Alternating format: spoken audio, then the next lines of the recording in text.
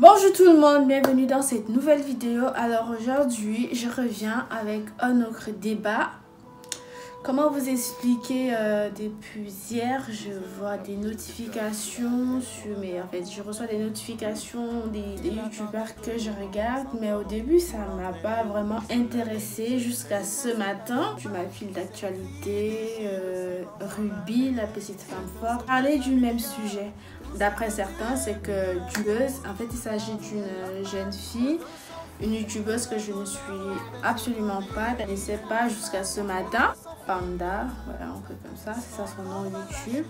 En fait, c'est l'histoire d'une jeune femme qui révèle à sa mère ses attouchements, les viols qu'elle a reçus quand elle était petite, quoi. Allô, maman? Oui, j'écoute.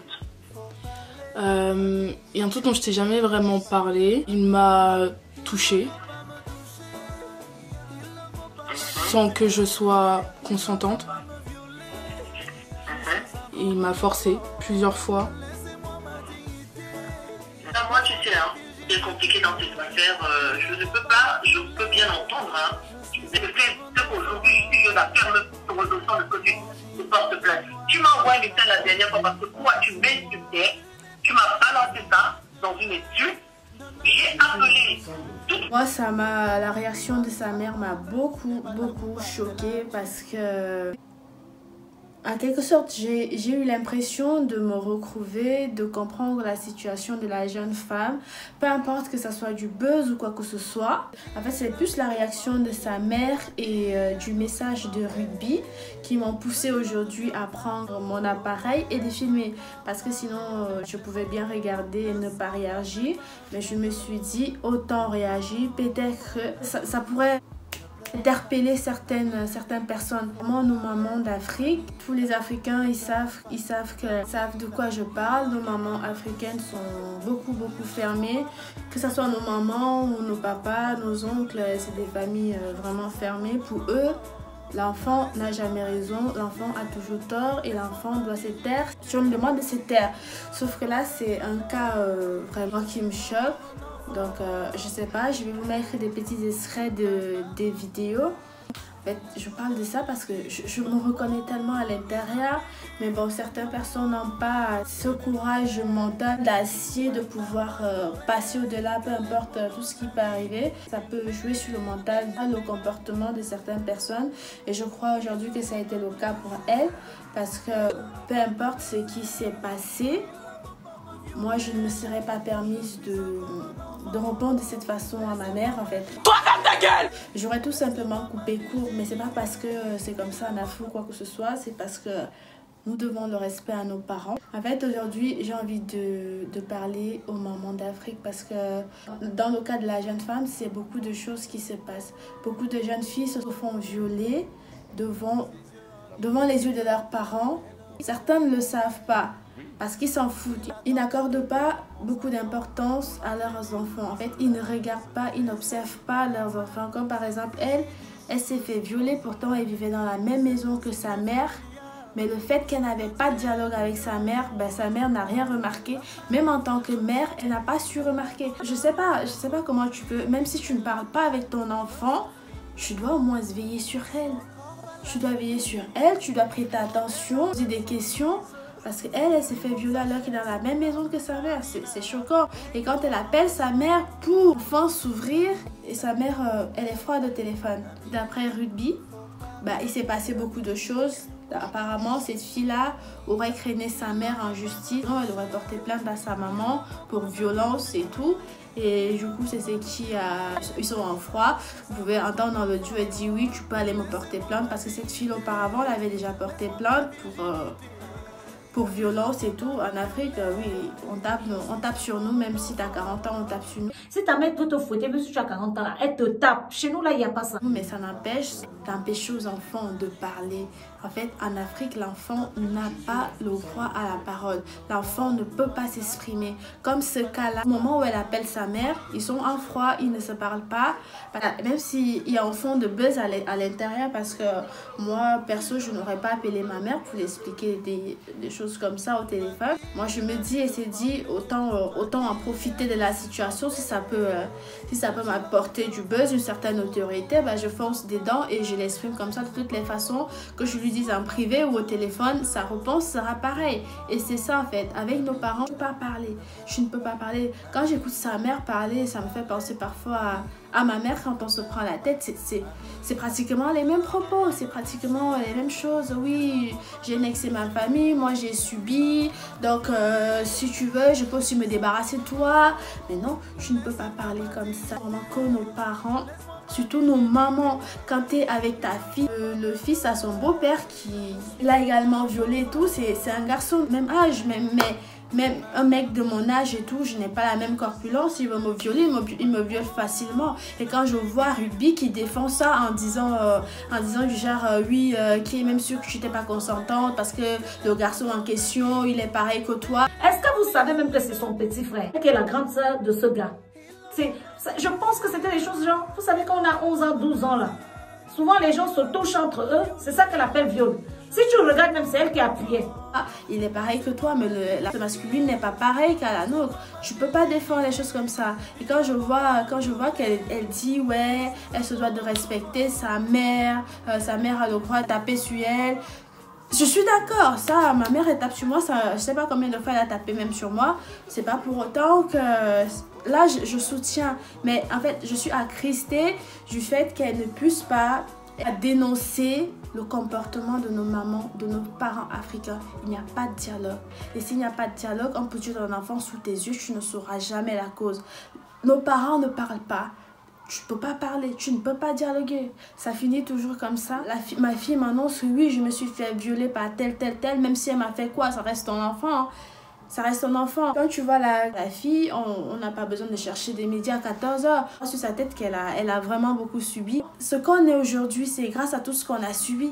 Donc si elle devient comme les gens disent ouais la France c'est parce qu'elle craigne, c'est Rugby qui disait ça, ouais c'est parce qu'elle craigne avec les blancs et que on oublie les mentalités d'Afrique, il faudrait qu'elle rentre en Afrique pour qu'on la remette. Non, tu es celui que tu es aujourd'hui grâce à ton vécu, grâce à tes expériences. Je suis sûre qu'elle aurait été encadrée par sa mère, suivie par sa mère. Déjà elle n'a pas grandi avec son père. C'est pas beaucoup qui s'en sortent. Beaucoup qui... Ça disjoncte et ça finit comme ça. Un enfant qui dit à sa mère ferme ta gueule et tout. Moi je ne peux pas jeter tort à la jeune dame. Moi je dis elle est ce qu'elle est. C'est grâce ou c'est à cause de ses parents. Et au lieu de dire c'est du buzz machin, c'est une gamine, hein. C'est à 20 ans ou 19, c'est une petite fille, autant l'encadrer, conseiller, l'entourer, essayer de l'aider parce qu'elle souffre en fait. Le truc c'est qu'elle souffre, mais au lieu de dire ouais en Afrique elle se comporte comme des petits blancs, si tu es en Afrique bim bam je te claque, non, c'est pas. Elle est devenue ce qu'elle est parce qu'elle a subi plein de choses. Entre les viols, la séparation de ses parents, son père qu'elle n'a jamais vu. Comment vous voulez qu'elle s'en sorte? C'est une fille. Je sais comment la présence masculine est importante pour une fille. La présence de son père est importante pour une fille.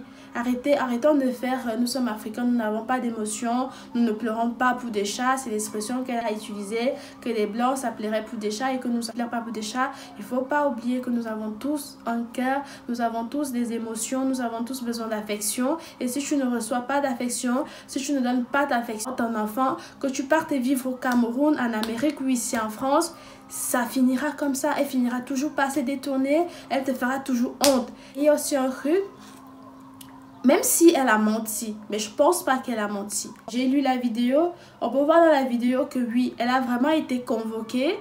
Elle a été convoquée et que elle n'est pas partie, mais elle essaie de détourner ça. On peut, oui. Mais au moment où elle prend son téléphone, on est d'accord. Au moment où elle prend son téléphone, on peut dire qu'elle prend du buzz. Au moment où elle se dit...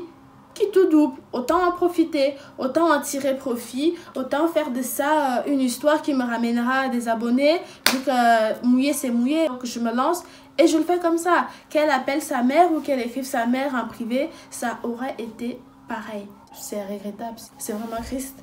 Parce qu'en Afrique, c'est comme ça. Sa mère, oui, elle est au courant, elle était au courant, mais il faut savoir ce qu'on appelle en Afrique les secrets familiales. Et Son nom, ils vont essayer de couvrir ça comme ça, mais pourtant la fille, elle a vraiment subi des attouchements, elle a vraiment été violée, mais pour ne pas faire honte à la famille, l'oncle va concerter ma mère et ils vont essayer de noyer le poisson pour que l'image, pour conserver cette image, non, il faut dénoncer. Il faut vraiment que nos parents d'Afrique mettent ça en tête.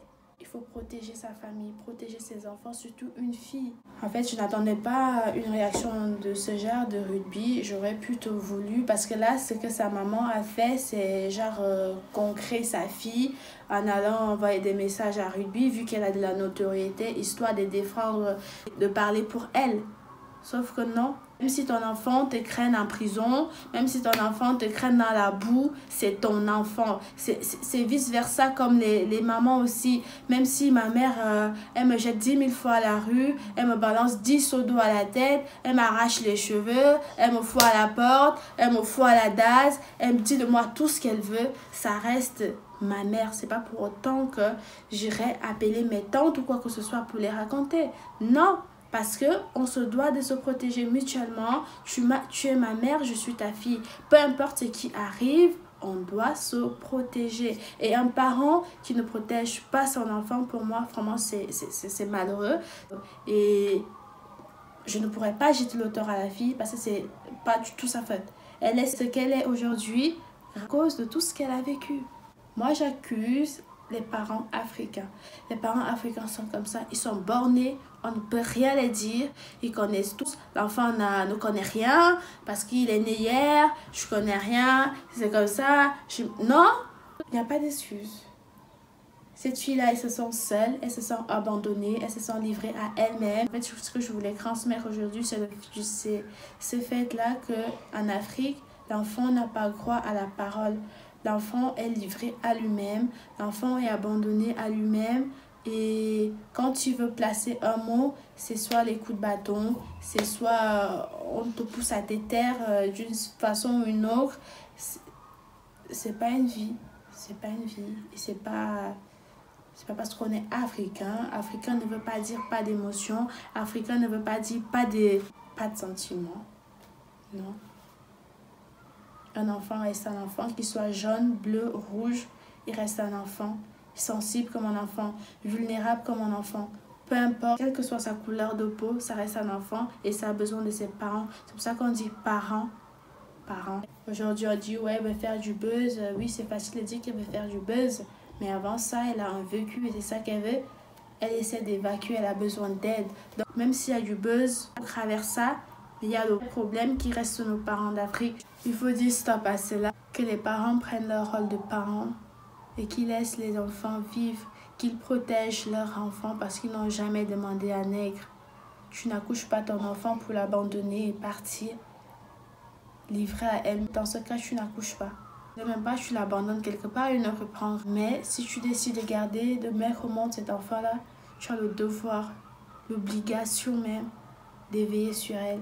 Il est peut-être temps que nos parents d'Afrique arrêtent de transmettre leurs émotions par des bâtons, par des mots violents, par de l'agressivité et d'être plus à l'écoute de leurs enfants, de les écouter, de les aider, de leur soutenir, de veiller sur eux.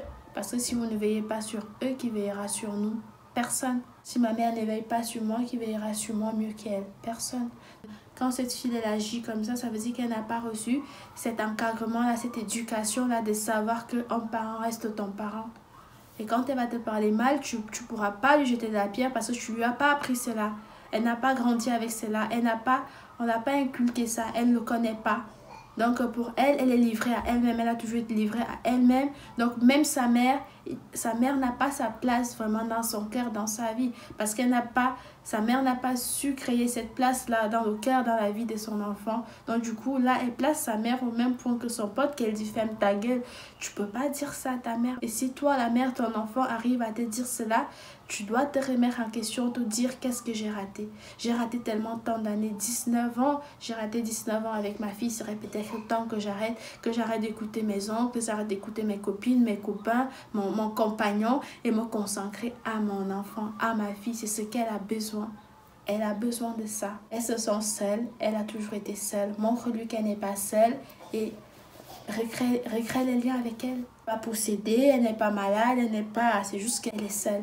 Et quand tu es seule, tu te démerdes, tu fais les choses comme une personne seule, tu agis comme une personne seule et tu t'en fous de tout le monde qui est autour de toi parce que tu es seule, tu as toujours été comme ça, il n'y a personne qui compte pour toi, même ta mère qui t'a mis au monde, tu t'en fous parce qu'elle n'a jamais été là pour toi. Je ne peux pas quand même penser que ces histoires de viol soient faux parce que non, je ne pense pas. Et même si c'était le cas, d'ailleurs d'elle, les histoires comme ça, comme elle le raconte, comme elle a vécu, il y en a plein.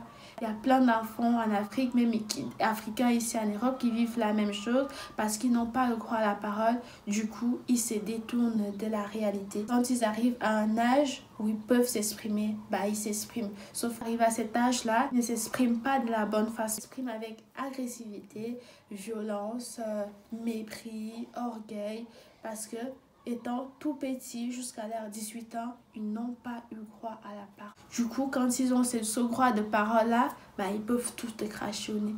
C'est une déception, c'est une tristesse de voir que c'est cette image-là que nous renvoyons. Si un enfant n'a pas d'éducation, je suis désolée pour tout ce qu'ils vont dire. Elle est mal éduquée, insolente, elle marche avec les blancs, comme l'expression de rugby.